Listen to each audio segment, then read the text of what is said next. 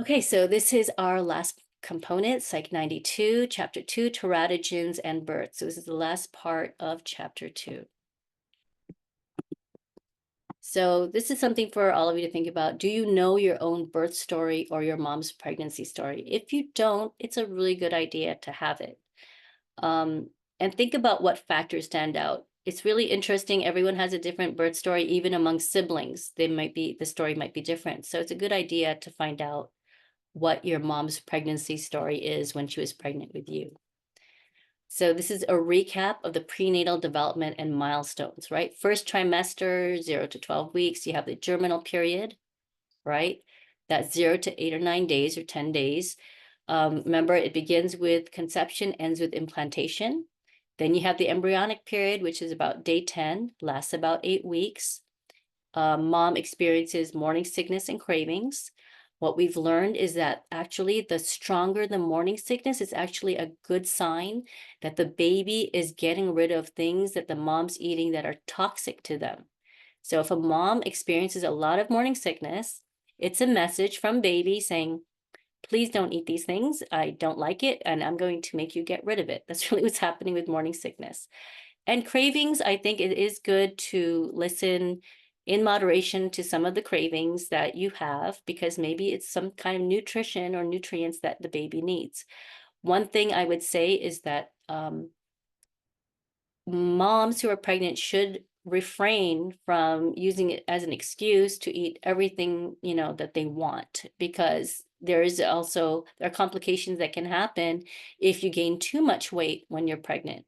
Like there's something called gestational diabetes, which can result in actually some people die in childbirth if they're not careful. So it's really important to take good care of yourself, eat healthy food, get lots of rest, that kind of thing. Mood swings also often start in the embryonic period. In the second trimester, that's about 13 to 28 weeks. Big part is that the baby's moving, right? That's important for their neural development. So it's wonderful. This can also cause problems with the mom in terms of sleeping if the baby's moving around a lot. And so a lot of times at this stage, women need many pillows and some kind of support just to be able to sleep properly at this stage. And then the third trimester is often really challenging for moms, have to go to the bathroom a lot. The pressure of the baby's there on the bladder. And oftentimes it's difficult to sleep. So by the third trimester, women are usually really ready to have the baby and move on with their lives. Any questions about the different milestones? Okay. Something we have to consider are teratogens. So a teratogen is an influence on development. It's an environmental agent that can cause deviations from normal development. It can lead to abnormalities. It can lead to prenatal death. So it's really important to consider.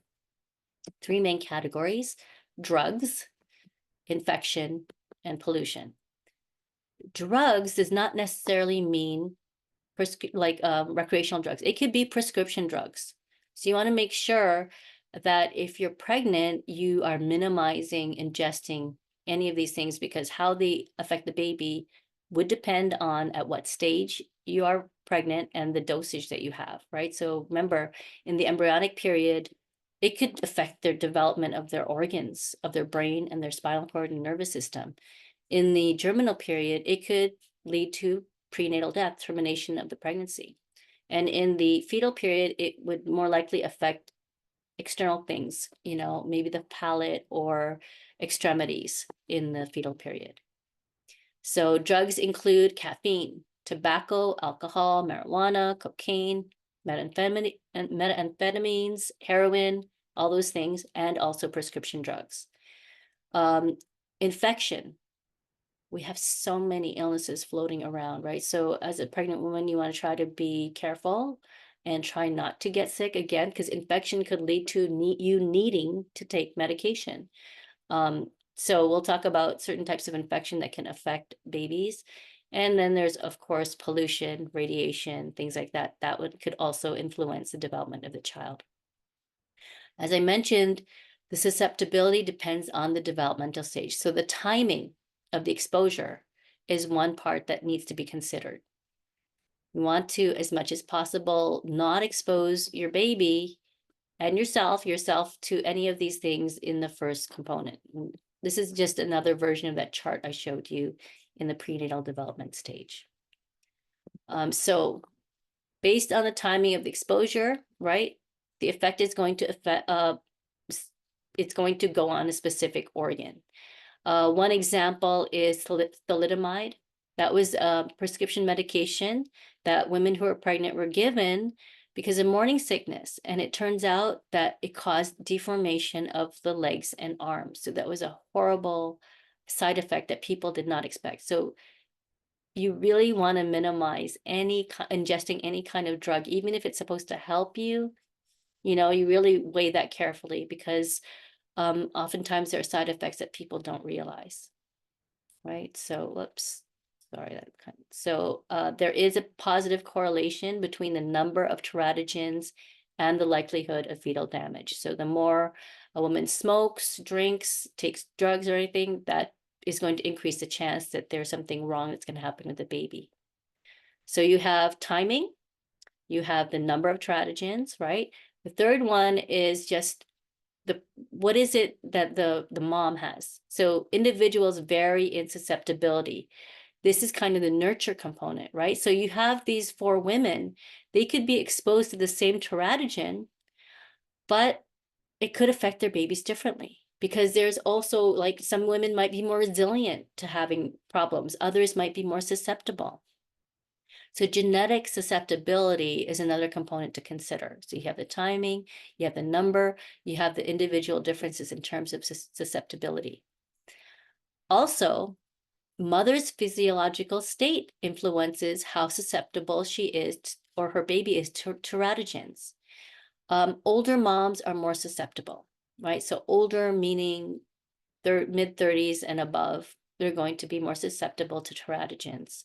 Nutrition, if mom's not eating well, that could also make her more susceptible to teratogens. If she's having hormonal issues, which many people can, that could also be. And if just generally she is sickly and not particularly healthy, that's going to make the baby more likely to be affected by any teratogens she's exposed to. Not only so, we have timing, number, you have the individual differences, genetic susceptibility, and then you have the concentration. So even if, let's say, it's just caffeine that you're exposing them to, if you're drinking 8 cups a day, that's a lot, right? That's the concentration is very high, and that could affect your baby. So weigh that, right? You have number of teratogens, but you also have to consider the concentration of teratogens. So if you're thinking, oh, well, I don't smoke, I don't drink alcohol, all I do is drink caffeine, I'll be okay. Okay, that's one thing to consider, but also how much caffeine are you actually ingesting? So it's important for people to consider the concentration, what they're putting to their bodies as well. Also, it's important to consider that a teratogen could affect the baby, but not actually affect the mom. For an example of this is the Zika virus. So the Zika virus is something that was transmitted through mosquitoes, and this really happened in, like, South America. So the mom would get bit by a mosquito that's carrying the Zika virus, and she doesn't experience anything herself, but what happens is her baby is actually affected. And what the Zika virus produced were babies with what we call microcephaly. So their heads were smaller than normal, which in turn, their brains were smaller than normal. So these babies, it wasn't really obvious when they were infants, but as they got older, their heads were abnormally small, and they tended to have developmental differences. So maybe they weren't able to learn as quickly. There were a lot of things that could happen. And so in South America, what we found just in, the last decade or so is a lot of orphanages of babies. So the moms had the baby, thought they could handle it. And then as the babies got bigger and it became more pronounced, the challenge that they had, they would give the babies up for adoption. And so you have many, many babies with microcephaly in these orphanages because the moms gave them up and they couldn't handle the challenges. So something to keep in mind is that some teratogens do not affect the mom. They only affect the baby. Any questions about this one? Okay, so some prenatal conditions that could affect the baby. One is malnutrition, so not getting enough vitamins that you need, proteins. So folic acid is a really important one because that one helps, as I mentioned, with the development of the nervous system and the brain. Undernourishment. So for the first time, I think ever in society, we have people who can be obese and undernourished because we have all this processed food that is cheap and easy to obtain, but doesn't provide any nutrition, right? So undernutrition is a problem because babies aren't getting enough of the vitamins and proteins and fat, everything that they need to develop their organs and their brains. Overnourishment is when mom is eating too much, right? And as I mentioned, you could end up with something called gestational diabetes. And the problem with that is that babies will have a sensitivity to insulin. Like they could be born with diabetes because of the way mom was eating. So something to keep in mind. Also, overnourishment can result in high blood pressure, um, hypertension, things like that. All of that is going to make the pregnancy more difficult and challenge the baby as well. So in terms of weight gain, approximately about 25 pounds, right? Too much increases the risk of diabetes, hypertension, difficult birth. Too little, and you might not be giving the baby enough nutrition that they need. So this is just sort of a chart that indicates if you're a healthy weight before pregnancy, you should gain about 25 to 35 pounds.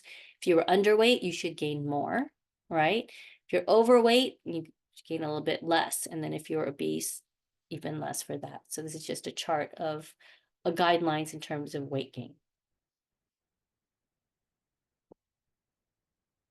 So mental health. So we talked a lot about physical health and everything, but it's also important to consider the mother's mental health during pregnancy. If mom is depressed, that could actually affect the growth of the baby. So depression, we talk about kind of extended feelings of sadness and worthlessness, and to a point where it's impeding function, like you can't go to work, you're not getting out of bed, those kind of things. How does that affect the baby? Well, babies at increased risk of being premature, meaning born earlier than they should be, low birth weight, so they're not thriving as well as they should in the womb. And they could even have emotional and attentional, poor emotional and attentional control when they're born. So people don't realize that the mom's mental health also impacts the baby's development. Also, sometimes if a woman is depressed and she's taking medication, that is going to, again, even if it's prescription, it can affect the baby negatively. Sometimes after the baby's born, mom goes through baby blues, right? So that's usually about a week after birth, where maybe you feel sad that you no longer have the baby inside you, or maybe you feel a little bit overwhelmed with the new role that you have as a mom. Totally normal. Postpartum depression, that affects many people. It's kind of maybe over a month of feeling, helplessness and everything. Really important for moms to reach out and get help at this stage. And it's important, if any of you know someone who's pregnant, be there for them and take care of them. And sometimes what happens is all the focus goes on the baby and people forget that the mom needs care as well. So summary of maternal factors. Age is one, older the mom is, over 35 is called a geriatric pregnancy, believe it or not. But it increases the risk of genetic disorders and also diabetes and high blood pressure. All of that kind of goes also with age. Weight gain, nutrition, as I mentioned, you want to avoid gestational diabetes. You want to avoid stress because stress can also impact the baby's development, and depression. So a number of maternal factors can affect the baby as it's developing. But there are paternal factors too. So if the dad has unhealthy habits like smoking and drinking, that can affect the baby because the smoke, secondhand smoke, right? The mom's going to be smelling it. And if the father drinks a lot of times that leads to the mom drinking as well. And so that will affect the baby. Age. So we do find that even though men can have babies, they can impregnate a woman when they're 80 years old. it decreases, but the possibility doesn't end. But there is a correlation with the men over 40, that when they impregnate a woman, that there's higher risk of miscarriage, autism, birth defects, bone growth disorders, and even schizophrenia. So there are a lot of correlations with dad being older too. So we kind of want to minimize that part. So yeah, so I wrote this down for you. And also even the occupation of the father can affect the child, because if dad is exposed to things like radiation, hazardous materials, chemicals, that could unknowingly actually affect the sperm that they have and ultimately affect the baby as well.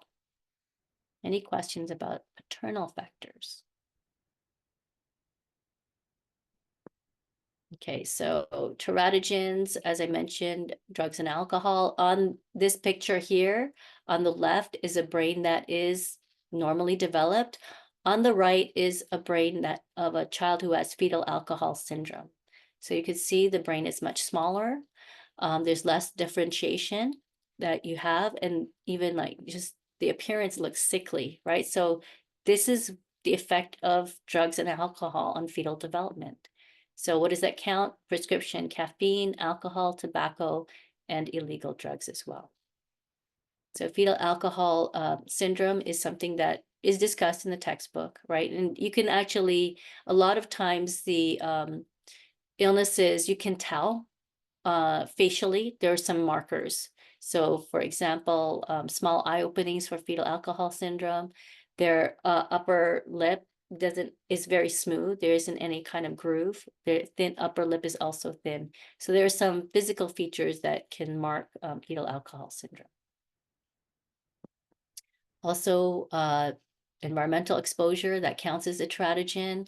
So pesticides, ingesting pesticides, mercury, radiation, all these things can affect the baby. So you can see these kids have deformities in their extremities, which indicates that the mom's exposure was later in her pregnancy. It would happen more likely in the fetal period than in the embryonic period. So pollution and radiation are examples of environmental exposure. So environmental exposure could also mean kind of the geography of where you live. So there was a study in China that linked air pollution and brain development, like negative brain development for babies. So the air you breathe could affect it. If a child is conceived or raised near a power plant, they found that there's a correlation with poor learning and memory skills. Also, they had lower levels of protein that was needed for brain development. So all of these components people don't necessarily think about, but it's something to consider. So we usually use ultrasound when we find out somebody's pregnant, right? You can use ultrasound to see how the baby is developing. So ultrasound is when they use sound waves to examine what's going on. So a mom has to drink a lot of water so that the ultrasound, the waves can actually travel inside and you can get a picture of the baby. So sometimes they can tell what sex the baby is. So you need to tell the technician beforehand if you do not want to know what sex the baby is going to be. So usually this is done about 16 to 20 weeks in pregnancy. Some of the things they do is look at the fetal position and, also want to see if there's any thickening in the neck, because that could be indicative of illness as well. So some prenatal assessments you should be aware of. Amniocentesis is when they sample the amniotic fluid. This is done usually with a mom who's 35 and above, just to make sure, to see if there are any kind of genetic illnesses. They could do that. And chorionic villus sampling, they sample the placenta. So both of these tests are to check for genetic defects. They are not pleasant. It involves having a rather large needle and putting the amniocentesis, usually it's right through the belly button. And so it's not a pleasant experience at all, but it is required usually for moms over 35, or if maybe the ultrasound indicates it could be a problem, or if there is a family history of genetic problems. Any questions about this?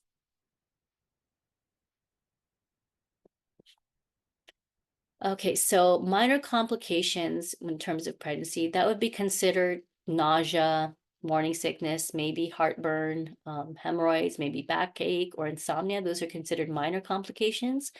Major complications would include an ectopic pregnancy. So an ectopic pregnancy is when the the zygote, the implant, the conceived egg doesn't move out of the fallopian tube. So instead of going into the uterus, it implants into the fallopian tube. So that is a major problem. And usually that will terminate, and they might have to terminate the pregnancy because there's no way it can grow in the fallopian tube. Preeclampsia or toxemia, that happens when the blood pressure of the woman increases so much and it leaks protein into the urine. And so they can tell this through a urine test. And that can actually lead to maternal death. So it accounts for half of the maternal death that happens in the United States. And eclampsia causes seizures in the moms when she has that. And then finally, it's called a spontaneous abortion is the technical term, or miscarriage.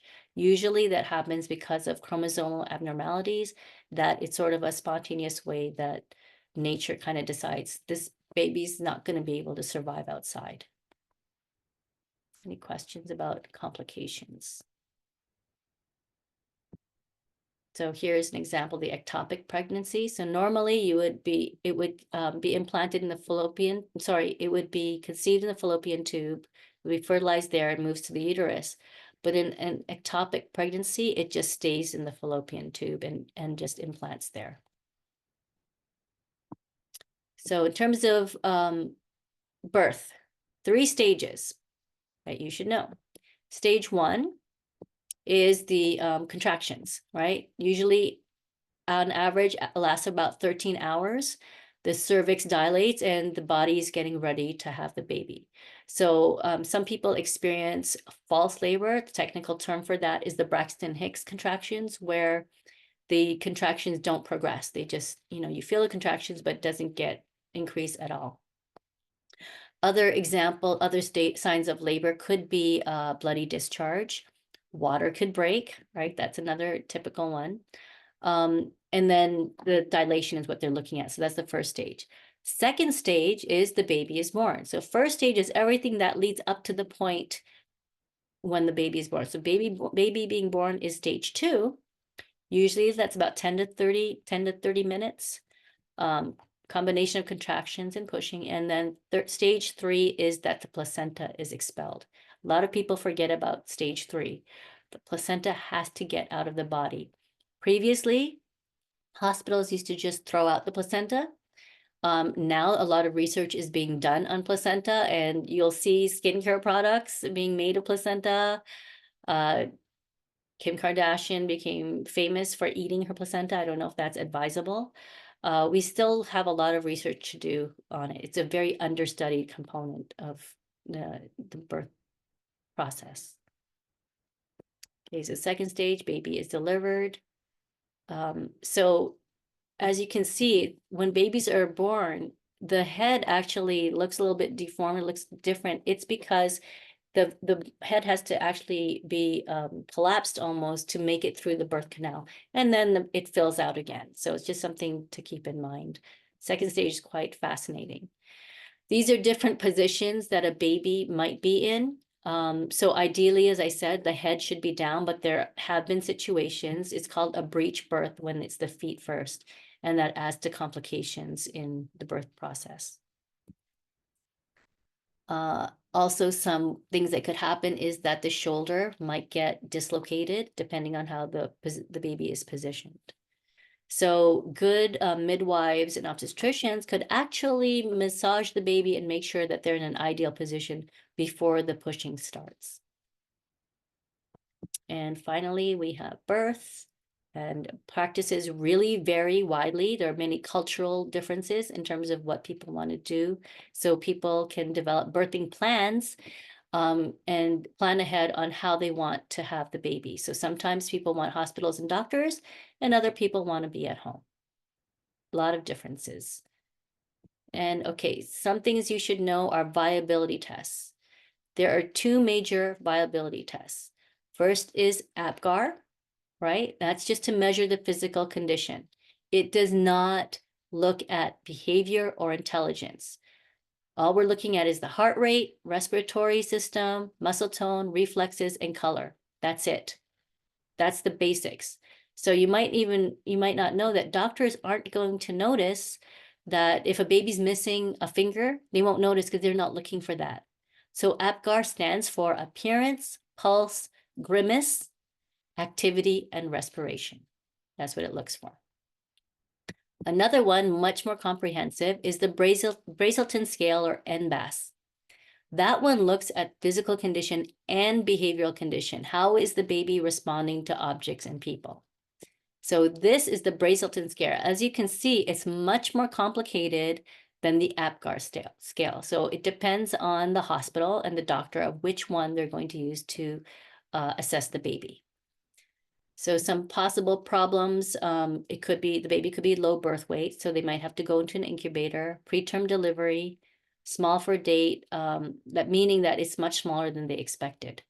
So for these are some reasons why a baby might end up in an incubator for a little bit, and then they will, when the baby's at a size that they feel it's viable and come out, then they'll be released from the hospital. So that is the last component of birth and teratogens. Any questions? I'm going to stop the recording.